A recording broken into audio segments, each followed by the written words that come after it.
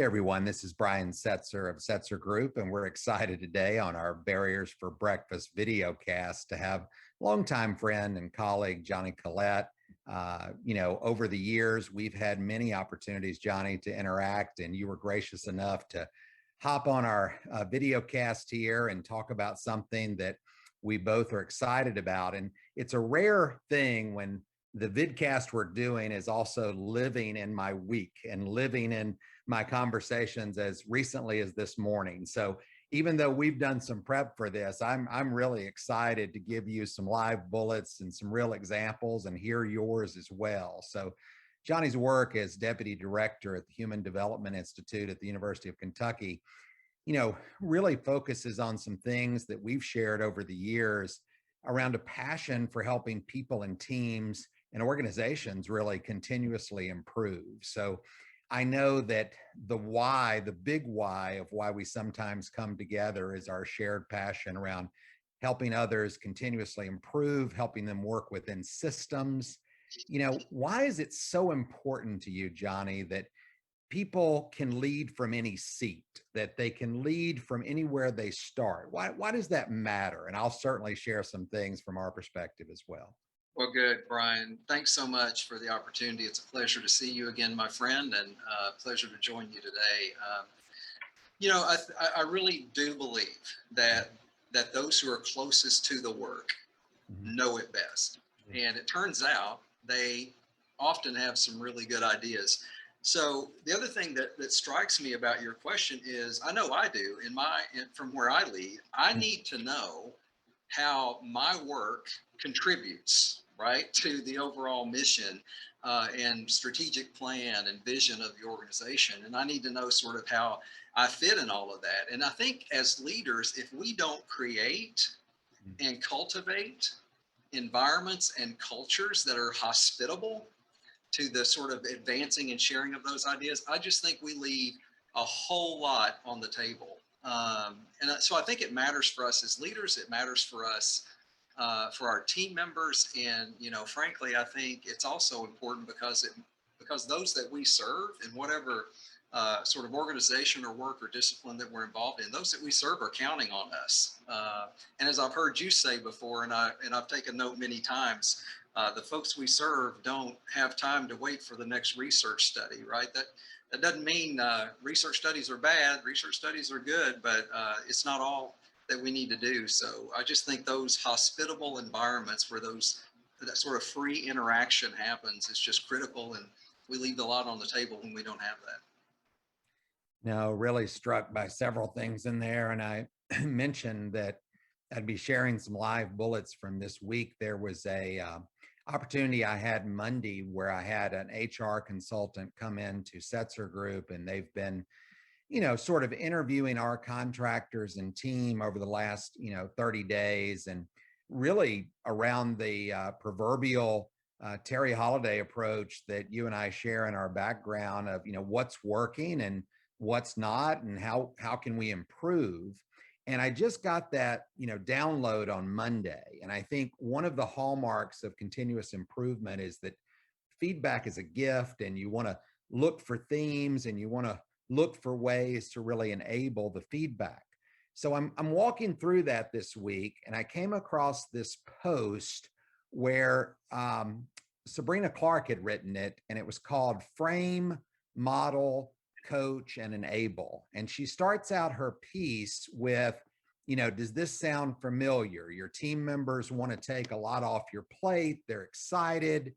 And then you trust them, but you're kind of worried. And then at the last minute, you pull out your cape and you solve it for them, and you leave them disempowered, and you really project some unintended consequences. So what I always found interesting in talking with people like you is we know what that feels like, and we know that we need to empower the people and have them do the work, and they're closest to it, and as you say, have that expertise.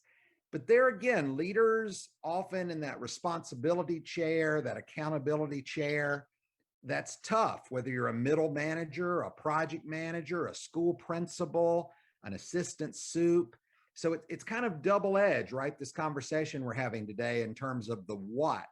It's both leading from anywhere, but also understand that if you're leading from anywhere, sometimes you have to have some trust and autonomy for people to actually deliver a result and not swoop in and save. And so I'm curious, hearing that context of me sort of meandering through my week, what you're seeing in your work in organizations where it's a delicate balance of trust and autonomy, but also accountability. Yeah, it's great. And I actually, I read that piece partly because you shared it. So I was glad that it jumped up there, and I was able to take a look at that. And obviously it resonated with me for the reasons that it did with you. I don't, it highlights to me that frankly, innovation is a risk, Mm, right? mm, In some ways, all risk is not bad. right. Um, but innovation is a risk. I mean, to try something different, and to hope it works, but Mm, to sort of have that permission to right. try something different, whether that's from the perspective of the team member that we're empowering to say, hey, try something different, or frankly, from our perspective as leaders to say, how can we try something different, Right. understanding that maybe it won't work exactly how we envisioned it, maybe it will, but those are our commitments to continuous improvement. We're going to do it. I mean, we're not going to let the perfect be the enemy of the good, as is so often said. We're going to do it. We're going to risk. We're going to try this. We're going to watch it. We're going to tell people what we did. We're going to get better, right? So I love it when leaders do that. And that's one of the reasons I'm so excited about. You mentioned where I am currently have the privilege to serve here at the University of Kentucky Human Development Institute.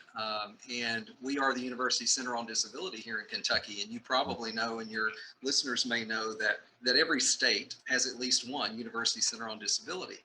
Mm, So we've been around for 50 plus years. And one of the things that I'm so excited, when I came back home from Washington, D.C. and from the U.S. Department of Education and was able to join this team, the environment we talked about a few minutes ago that's hospitable toward these mm, types of things, and the mm, culture, that's not only welcomed here and the expectation here, and encouraged, it's the norm. We have about 300 or so staff that are talented and accomplished, and many of those national experts in their field. So I can't imagine mm.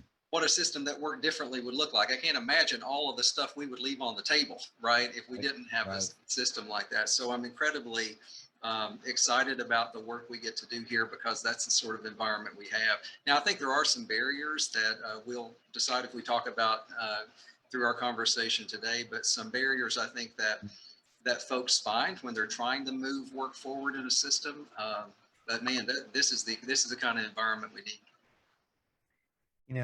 One of the things I was compelled by as I've been reading your confidential work, not for publication yet, and one thing I zeroed in on, and particularly with the title, was this notion of advancing work regardless of where you sit, Mm. right?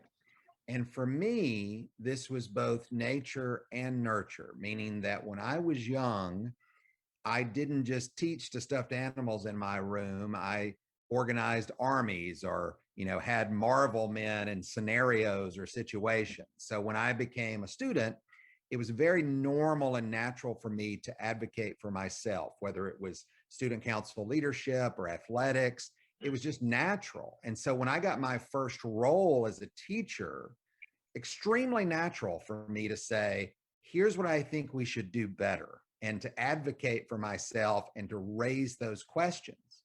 But as you know, that is not the norm.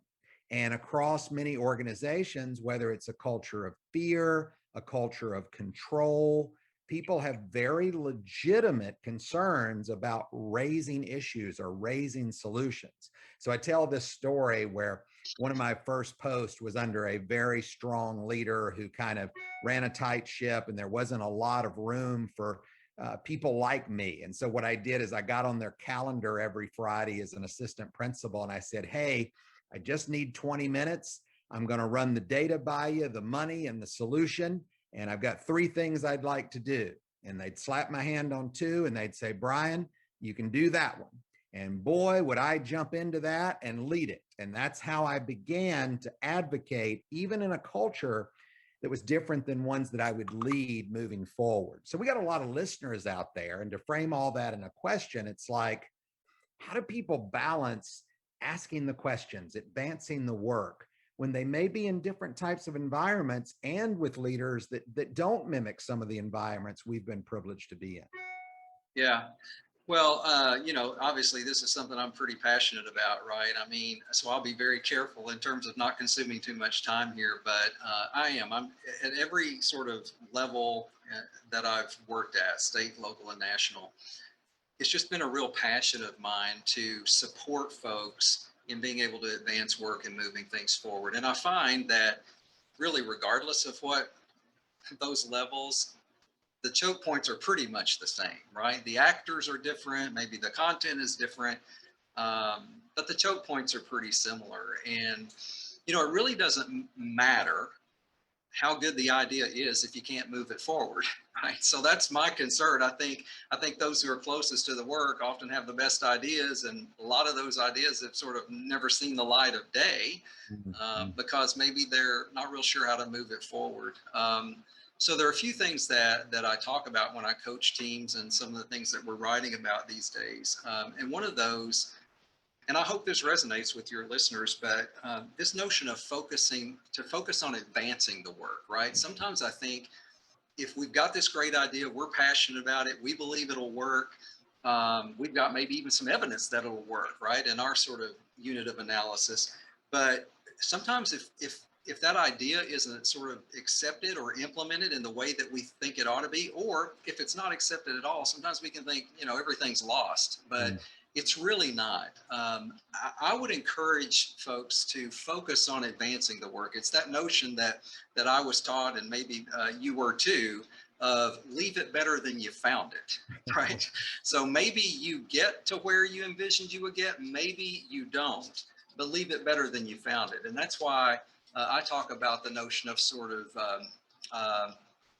advancing the work, and that advancement is really the goal, and attainment is really a bonus, right? So that's one thing, and I think that's helped me a lot move work forward, understanding that it probably was going to look different after it left my hands, and frankly, in most cases, when it looked different, it was better because of that collaborative process, that good give and take between everybody who has a stake in what we're doing. And the second thing I talk about with teams and individuals is it's also really important that we understand what the priorities of the system leader are. And this is true everywhere in every system, but I think it becomes particularly true, at least in my experience in government or other bureaucratic settings, to recognize that a lot of leaders, especially in political sort of situations or appointed situations, a lot of leaders have a particular set of priorities that they're charged to deliver on. And they will often have kind of a specified limited window of time to deliver on those. So when presenting an idea to someone in that setting, it's really important to understand what they've got to spend the majority of their time on, because that means that most things, even good things, are naturally going to fall outside of the parameters of that. And it's really important then that I share an idea or an opportunity in a way that the leader perceives it as something that moves their work forward. So I think that's really important. Real quickly, I'll mention the last few, if I may. And the next one is I've got to manage my assumptions. Yep. Because a lot of times we'll come to a system leader or team leader and share an idea that we think they ought to do because it's the quote, right thing to do. And as well intended as that is, I think it's a bit presumptuous. I don't think it's very strategic. And my experience has been it's probably not going to be real productive. So if we recognize that they've got this particular agenda and window of time, then I think we've got to have a more strategic approach than you ought to do this because it's the right thing to do. And most system leaders probably have heard a few other right things to do today, this month, and a whole bunch this year. So the next thing, I think when we keep those things in mind, we can really plan an approach that has really an increased potential to be successful. And I always say two things, it's one thing what my perception of the idea is. That matters. Right. The folks I represent, the constituency, their perception of the idea matters. But when we're sharing an idea with a decision maker and a system leader, then it's very important that that system leader perceives that to do a couple of things. So number one, I think the system leader has to perceive that this notion you're positing will help them move their work forward or in some way answer some pervasive problem. And what I would say is that's not the leader's job to figure out. Right. That's your job and my job, right? All right. So the second thing that I think, in addition to that, that the leader has to perceive about your idea for improvement or innovation is I've got to make a calculation as a system leader. I may think this is a great idea. I may want to do it, but is it doable within the time frame I have to lead, and is it worth the capital that I'm going to have to spend to get it done? And those calculations are not personal about you or about the particular thing you're asking to do. They're just realities that system leaders have to deal with. It's the calculus of system leaders, right? Every day we're choosing among competing priorities. And so then the very last thing, I think it's real important, as you and I have talked about before, that you leave system leaders with something they can use. All those leave behind materials are so important. Yep. And I remember in senior leadership roles, often I would read those, sometimes even if I didn't have time and I was compelled by the idea, I would charge my staff to read them and brief me about them, right? So those leave behinds are really important.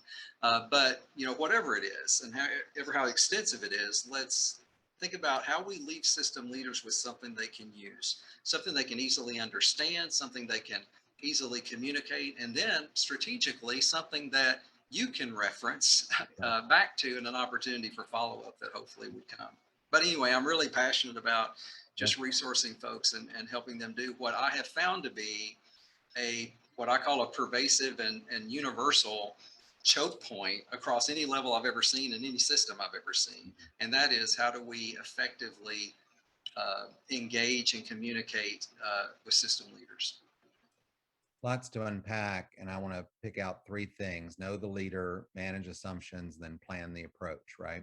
And so there's a couple of different things I want to react to there where if we know that leader is going to be open and dispositional, whether they are a manager at a Chick-fil-A or a school district curriculum coordinator or a special ed director, then we have an ease, we have a transparency, a culture of ideation. That's the easiest, right? No matter who's bringing the idea. In some cases, that person is under, as you state, time pressures, challenges of their own agenda. And when it's less obvious that they're going to be open dispositionally, I think people in any seat need to do their homework. They need to know what the leader cares about. Is what you're bringing to them aligned with their strategic plan, their business plan? Is it something you've heard them talk about or write about, so that you have some sense of alignment and how they might react? And then I think in terms of managing assumptions, man, has that been an Achilles heel for me. I always believe, no matter who the leader is, that I can go in and hit a home run, and then I have to manage assumptions on a lot of singles and bunts and foul balls. And when you're in that dynamic, I think there's two places people play. Some people are able to kind of move forward and understand that, and progress is going to be incremental. Other people have trouble wrapping their head around that and how they can be effective. And so I think any young professional, any person in their 20s, 30s, entering sort of these leadership roles. I remember the first time I made the jump from teacher to administration, right? And I thought, well, surely every teacher feels as strongly as I do about what needs to happen in classrooms. And then when you see it at scale, you're like, uh-oh, people are at different points of purpose, passion, endurance, effectiveness. And now you've got some challenges, how you communicate and how you work with people. And so what I'm curious about, as you're thinking about the roles you've had, both the outstanding ones and the ones not so much, how you managed your own expectations throughout your career and still managed to be effective. What were some of the pivot strategies, the ways you worked through that? And I'm happy to share a little bit of mine too. Yeah, well, I can think of a number of good non-examples as well as Yeah. examples, Brian. But I think the pivot is so important, right? Because it can feel crushing, right? Mhm. Because you've lived this with this thing, Mhm. you believe in it, you're the champion for it, and then it's like, how could someone not understand this? Right. Um, Right. Right.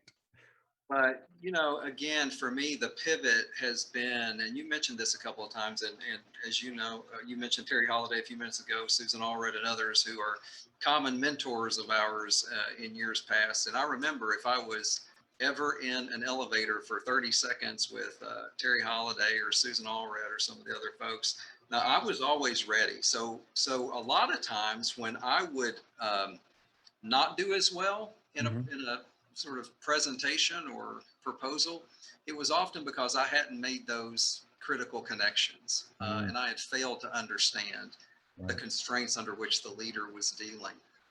When I did then do my homework, as you mentioned, and Mhm. that's critical, right? It's got to be clear to the system leader that you have some level of understanding of the broader universe of this thing Right. Right. and what the implications of implementing this would be, whether they're good implications or not so good implications. So it really pushed me to back into doing my homework and making sure I understood how this fit with everything else and how it aligns, or even if it didn't, how I could help those conversations move forward about how it could align or how Right. it should align.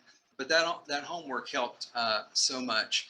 And the times that I have done that successfully, Mhm. it's not always meant that the idea was implemented or it was implemented the way I thought it should have been, but Right. it certainly increased the potential. So that pivot was really important. Let me say one thing, if I may, and I don't want to go too long on this, but I don't know, Brian, if it's a function of having been in the work for a while, having seen the work from a few different perspectives, or maybe my age, or all the above. But I tend to be a little more less filtered than I used to be. Part of that's I'm outside of DC, so I can, right, a little bit more Right. than I used to.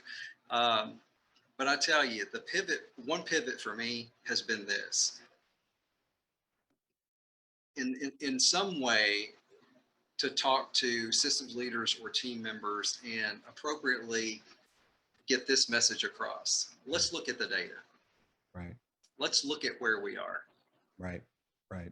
We have got to, to have the courage Mm. to take on the things that are standing in the way of success of this organization, of the members that we are grateful serve with us at this organization, and most importantly, the people we serve. Right. And I feel like we've got to challenge the status quo. Now, the status quo is not always bad. Maybe the status quo means you're getting the outcomes you're getting, but if that you want. But if you're not, Right. then we've got to have the courage to challenge the status quo. One of the things that has become clearer and clearer to me is, if we don't do a better job creating the types of environments that we're talking about today, Brian, then I think 10 or 20 years from now, we're going to be having the same conversations we're having Right. Right. today about those same choke points. So I think creating those environments where we communicate as leaders, not only communicate, but we communicate and demonstrate Right. that this is a safe place for you as a team member to tell me what you think's working well, to tell me what you think may need to be improved, and together as a team figure out how we move forward. But we're looking at. I come from largely disability education and policy and employment policy, Right. but I think this probably pretty holds up in a lot of contexts. We're looking at decades long Mm. flat performance and outcomes Right. for the people we serve. And we we're not doing anybody a favor just continuing to admire the problem of that Right. decades long reality. Right. So as well or better than me that the system is designed to get the results it gets.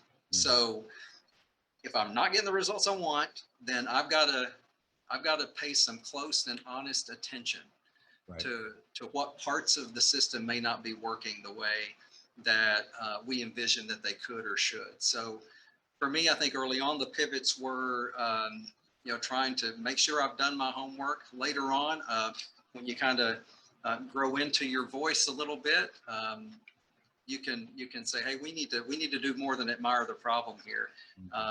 And so anyway, I think that all of that matters a lot to me throughout my career, and it matters a lot to me today. It's something like you started at the top of the show. It's something I think about on some level every single day with what I do. Right. I'm struck by a few things that lead me to a discussion I had with my wife this morning when I knew you were coming on, and I said, I must ask this question, and I'm going to give him the opportunity to pass if he doesn't want to answer it. But I thought about you, and I've thought about my own career in when you find yourself in a seat where you're not the ultimate decision maker or influencer, but you still have to impact change. And the decision that the discussion we were having this morning was about our state superintendent in North Carolina had made some comments publicly. The EdNC, sort of a shop here in North Carolina that reports on education matters and issues, and kind of took her to task and put some information out there in terms of what she said and what she meant.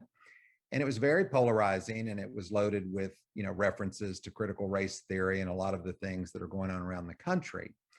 And then I thought immediately of the people I know who work for her, who have different agendas, who are charged with different outcomes, and who I would feel completely comfortable leading something or collaborating with something on. And what I said to my wife this morning, I was like, man, if that's true, and that proves to be some comments that can be validated, I don't think I could work there very long. And my wife said something interesting. She said, well, there's that, and there's the fact that those people still have a purpose and a charge, and they may feel like within the system they can still improve and innovate in the time they're there. So I'm teeing all of that up to a question that you can pass or react to. But when I saw you get appointed for your role in DC, my first reaction was good, because we're going to have a steady hand reacting to what's happening with the national policy agenda with students with disabilities. We're going to have somebody that, while he's there, will do everything he can to advocate, to champion. And while that may be frustrating with the ballast of how I set up this question in the conversation, there's a period of time where it's going to have an impact in the circles that he will move and impact. So to frame that into a question, you can talk as much or as little about that time as you want, but to frame it in a question, how do you find purpose in moments like that from any seat to still affect and advance the work?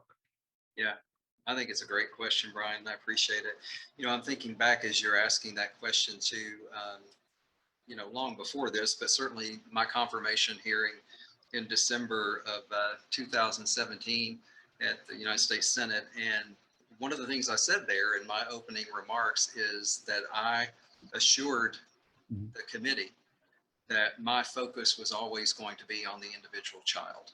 Mm-hmm. And I will tell you, that was true then. It's true today. And I revisited that often. Right. And so I look back on that and feel incredibly blessed to have had the opportunity for public service at that level. And I am grateful to have had that opportunity. And I think there were some things that I went there with that I was able to move forward. There were many things I went there with that I was not able to move forward, which is true in any administration and in any context and in any system.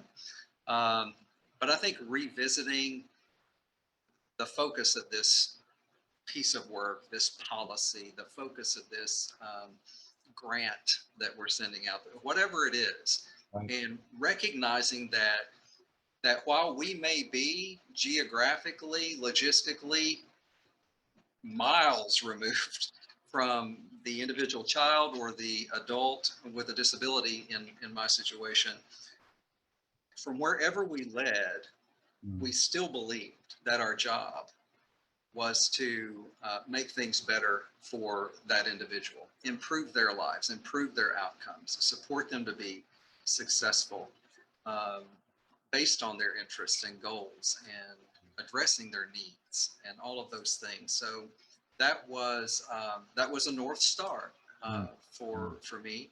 And I was grateful, as I said, to have the opportunity to serve. I was thrilled to be able to come home. One of the things that I recognized, the work that's done at the federal level, at the Federal Department of Education is my only experience, so I'll speak only to that, is important work. It's really important work. And the policies and work that's able to be done there matters a lot. And I don't want to ever be misunderstood.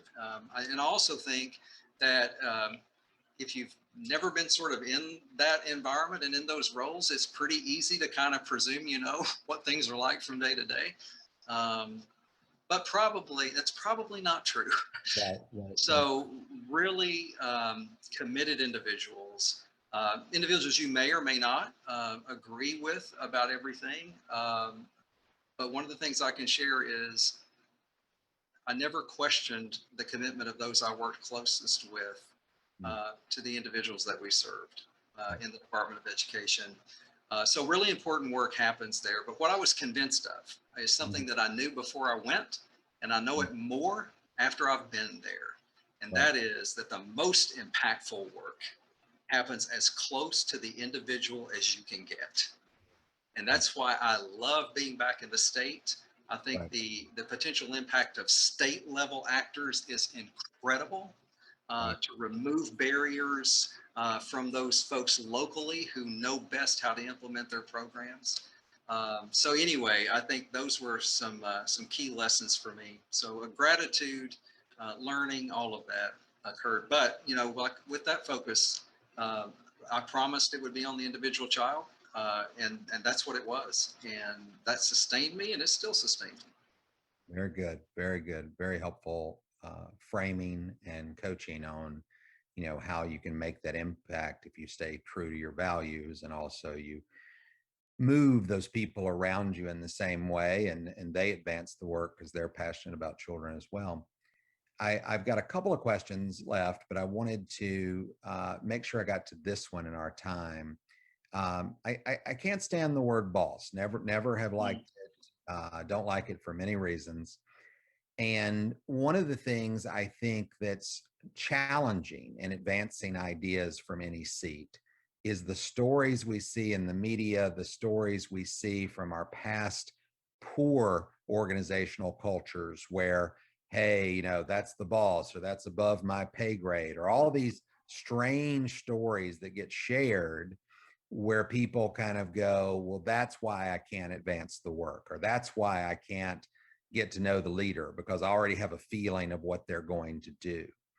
And so one of the funny stories I always think about is like when you move up in your career, people always think that if you're an assistant or if you're a deputy, that you've arrived, or you're a vice president, you've arrived. And what I try to communicate to everybody is like, look, at the end of the day, you're still serving at the pleasure of that leader, and you're still trying to figure out, to use your words, what do they value? What's important? Where's the org going? And how do I prep for the biggest impact to make their work seamless, to make it have clear outcomes when I talk to them, and backed by whatever data or resources that make sense. So I've been struck by this notion of when to improve, when to innovate, and how to help people from their seat see that difference. Sometimes advancing the work means improving it better than you found it, like you talked about earlier.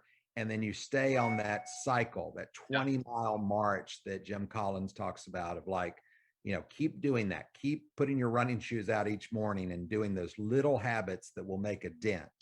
On the innovation side, it's about meeting that moment and looking for a new or different or evidence-based practice that somebody may not have known or applied correctly 4 years ago, but now we're in a situation where the timing is right. And sometimes it's just ideation. So these organizational leaders, I think, they're stuck on this innovation or improvement and innovation. And how do we move that from any seat? And what I advise people is like, look, manage up. Come to me prepared to understand what I value.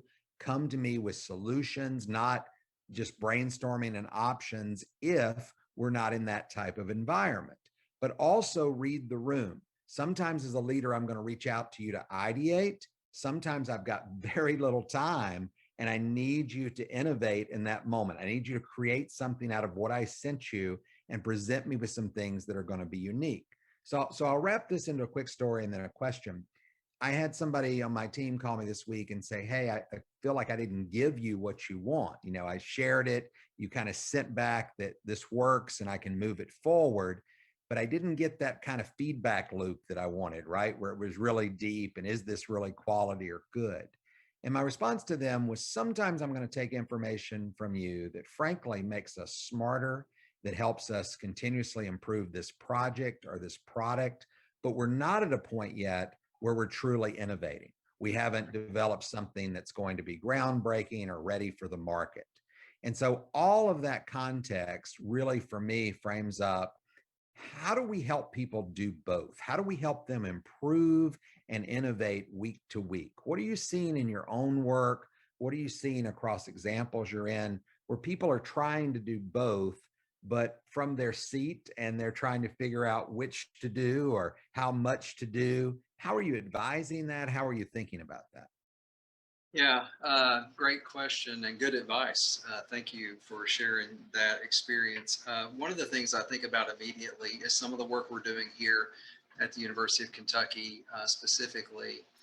And I'll just talk about students with intellectual disabilities. A little quick story about that. And students with intellectual disabilities, these are often, some folks will say, students with the most significant disabilities, students with high support needs, right?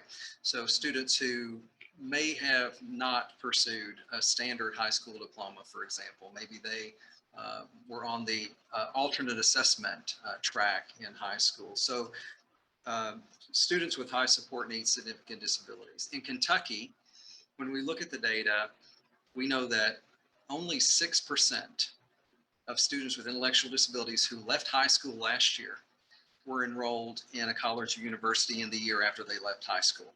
Now, it's not that the numbers for disabilities across disability categories is much better. It's only 18%. But think about that. That means 94 out of 100 students with intellectual disabilities in Kentucky who left Kentucky high schools were not enrolled in a college or university in the year after they left. At the same time, we know, not only do we know the power of higher education to improve outcomes for all of us for whom that track is appropriate, maybe it's not appropriate, but for those of us that it was, we know the power of higher education to improve outcomes, to learn skills that we need. That's true across the board, but we also know from research and practice that it has a significant impact on students with significant disabilities if they have that opportunity to be in a post-secondary program, and particularly what we refer to as an inclusive higher education program. They're more likely to work more hours, to earn more per hour, to have a greater range of vocations. It's really incredible, the impact. So knowing all of that, and knowing that in Kentucky, for example, like a number of other states that are committed to the philosophy of employment first, you know, that notion that that competitive integrated employment is that first option we consider for all Kentuckians and all citizens with disabilities. So in that context, we've had an incredible opportunity here at the University of Kentucky to, I would argue, and you're more of an expert on this, you can tell me if it's innovation or not, or maybe we have to wait and see if it is. But the opportunity to innovate here, to establish a program at the University of Kentucky that has never existed here before. And that is a program for students with significant disabilities who may have left high school without a diploma, may have left with an alternate diploma. They may not be pursuing a typical degree here at the university, but we're going to have a program that they have a fully inclusive, meaningful college experience that results in some meaningful credential. Maybe it's not a degree, a typical degree, but it's a meaningful credential. It says something about what they know and can do. It's meaningful to employers. It's meaningful to parents and families. And what we have found here, because this is a great time to be talking about something like this, because Right. as a university, we're talking a lot about diversity. we're talking a lot about equity. We're talking a lot about inclusion. So as we talk about this particular group of students, and that's the kind of conversation we've had around here. So from the president on down, folks here on our campus are aware of this and supportive of this, to provide a program and opportunity. So we're increasing options, access, and we hope success for this population of students that has been significantly underrepresented and often marginalized. But we're incredibly excited about this opportunity here at the university. And again, I guess the jury is out. You can tell me on whether or not it's innovative. Let's get it going and see what it looks like. But that's a great example for me. And what's happened is we could have done this like some schools have done it, where a couple of program folks in a building somewhere there on campus get together and develop a program, write an application, get it approved and started, and that program sort of live in that building off that person's desktop. I mean, we could have done that, Right. but that our students deserve better than that. So from the beginning, we've been working with the president's office, the provost's office, admissions, financial aid, disability resources, all student services, all across our university before we ever have the first student on campus. And that, I will tell you, that the notes we had from the beginning about what this could look like as program people, it looks a lot better after all of those folks were involved in the process and had an opportunity for voice and to share their ideas. And so that's just one example, Brian, of something that I've seen happening here at the university, and just really proud of that and looking forward to it. No, I definitely think it falls into that category of, a new and different or better, or, an opportunity for folks that wasn't there before, and that, you had to iterate on it with people to get it better. And now it will fall into the category of how do we improve it, and how do we make sure that, we use cycles and tools to do that work. I think where I want to close today, Johnny, is, you know, um, I work with a lot of teams in consulting, and I try to find someone on the other team who is a systems person, a continuous improvement person, someone who can lead. And that's the ideal client, because we're talking together a lot, and that person then goes and manifests that in their team. But it's not the typical client. The typical client is somewhere in between with that. They're growing as a leader. They're trying to lead from their seat, or influence a chancellor, or influence a superintendent, or they're trying to, do what we talked about in that article early, like frame why this matters, model what could happen, give people a glimpse of that, and then coach others to get ready to prepare them so that they can enable this leader to say yes. I mean, that's the through line, right? Like, we've done our homework, we're preparing for this, we're making it happen. And yet I find that this is not taught in K-12 education. We don't have a lot of focus on design thinking, total quality improvement, Baldrige, Six Sigma. We don't have teachers trained when they assign a project how to run a project, or do project management, or visualize data. All of these little tools that you and I have had the pleasure, through some great mentors and great experiences, they haven't been trained. And then they get to college or community college, and it often revolves around a skill. And then it's either skill or liberal arts, when the discussion is not that at all. It's like, how are you bringing your best self through your skills, your knowledge, your disposition, your tools to achieve an outcome, right? Like, how are you bringing it all? So my curiosity stems from, you're standing up this new thing, and you're kind of getting teams ready. What's the knowledge transfer like? Like, how are you empowering your team or others you're working with to be like, time out. Actually, when you frame a problem, frame it visually, right? And help us understand the data. Time out. Don't put 1,000 spreadsheets on our desk. Like, raise it up to where we can understand the implications. I find that I do a lot more teaching now than probably I've ever done on how to help people get those skills, knowledge sets, and dispositions. All these years later, are you excited by that? Are you kind of like, Oh man, again, we have to go back through this whole thing. How do you manage that as a leader and still find joy and success in that? Well, I, for one, am continue to be very excited about it, right? I remember one piece of information that I received after the first time I ever spoke in front of the Kentucky State Board of Education. Um, the system leader did not take exception with the content or anything, seemed pretty helpful. But the anecdotal information I got from a third party was he just talked too much, right? So that helped me from that. Man, that hurt. Right. Just like it's like I couldn't breathe. It's like the wind gets knocked out of you, sort of in a way. But it was so good for me. It was such Right. great feedback because it helped me to start thinking about. This is not just about you talking. Right. Um, Communication's a two-way street, right? Uh, if they wanted a monologue, they'd go find one somewhere else. So keeping in mind that that communication is a two-way street, and trying to be sensitive to and aware of the communicative preferences of people. How do people prefer that you communicate with them and share information? That's all been really important. And what I always say is that kind of work is almost always harder, and it almost always takes longer, but it's better. It yields a better outcome than any presumed shortcut's ever going to get you, right? Yep. So really trying to recognize, we've got these different folks who are leading programs around here. They're also different individuals who have different preferences and needs. And I think it's incumbent on us as sort of the initial champions of this to take all that into consideration. So that's been really important to me.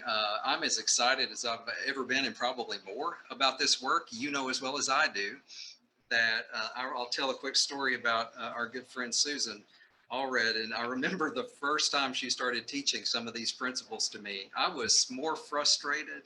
I can't even tell you how frustrated I was. I mean, I wasn't frustrated with her. I was just like, none of this makes sense. And she's like, hang with me. And I don't know if she remembers or not, but she said, one of these days, I can't tell you when, but one of these days, you're going to wake up and you're going to say, I get it. Right. Right. And I can't tell you the day it happened. I wish I'd written it down, but it was like I would go over to the wall and flip a light switch on. And it's like, oh, and that's what it is more than anything, Brian, as you know, that way of thinking, That's right. a system's way of thinking is iterative. It takes time. But I'm more excited about it than I've ever been. And the last thing I'll share about that, if I may, sort of again on that, um, I'm a little less filtered than I used to be Right. on some things. I worry sometimes. You talked a little bit about the preparation of individuals. You talked about what students are exposed to or not, whether K-12 or higher ed or otherwise. You know, I've done a little living. Right. Um, I don't know very many places where a one-size-fits-all approach works. Right. I Right. just really don't. Right. I'd be hard pressed to find an example for you. Yeah. Yeah. So this one size fits all cookie cutter approach, it just doesn't really work anywhere. Right. Um, and I think to provide those individualized opportunities, those personalized opportunities like you and others have done so well leading us in over the years in thinking about, that's going to be harder and it's going to take longer, but it's going to yield a better return than these so-called shortcuts will. So I think we've got to do some honest inventory with ourselves sometimes. But Right. sometimes the status quo problem is me, Mm. right? That I'm sort of content with it. That's probably bad enough. What's worse is when I get intent on preserving it, Mm. right? So that it seems, even though you get to the bottom of my heart, probably not, but it may seem that I care more about the preservation of the system than I do empowering the people we work with and the people we serve. I really feel like we need to take that on. We've got to care more about people than we do systems. Now, it's a great way to close. And what I would build on that is that, you know, there was a magazine article, Time magazine, might have been 5 years ago, talking about sort of the death of the great white male and these leaders that, had reached 50 plus, and they were sort of cursed by their own experience or their own intelligence. And whether it was Covey early in my career or working with our common mentors and Susan and Terry, one of the things that I always had as an orientation was I'm not finished. I'm far from it. I'm restless on what I don't know. So in this last year in particular with diversity, equity, and inclusion, there's been so many learning moments of where I find myself on the continuum of learning and also acting, and where I believe that tension lies, and how I bring others into that discussion, how we've been involved in our own self-study. And I think when we think about the purpose of the vidcast, act from any seat means you're always a learner. It doesn't matter where you end up. There's going to be some new challenge, some new opportunity that you have to get smart on quickly to be able to understand people's needs and how they want to interact with you. And I think if anything comes out of this discussion, it's that it really doesn't matter the culmination of what we've experienced or where we've been. It matters that we really reflect and learn on that. And it matters that we are open to continue to do that, right? Because there's going to be perspectives we have or thoughts we have on an ongoing basis that are just refined by the people we serve, the people we lead, and how we make ourselves better, more patient, more thoughtful around that. And so I really appreciate the conversation today, because it went in areas that I expected and also some areas that I didn't, in good ways where I think people from any seat can listen and say, man, they're spot on with those 4 or 5 things. I would challenge those. And I know when we're going through the premiere event, we'll get some questions. So, feedback is a gift, as I stated earlier, and we'll listen to that, and we'll, be able to interact. But I really appreciate the time today, and look forward to following the work at HDI at UK, and certainly connecting sometime soon. Well, thank you, Brian. It's always a pleasure. And I will say that I have, over the years, so often learned from you. I continue to learn from you. And I appreciate your model, your leadership, and your work across the years, most of all, your friendship. I appreciate it. Thanks, Johnny.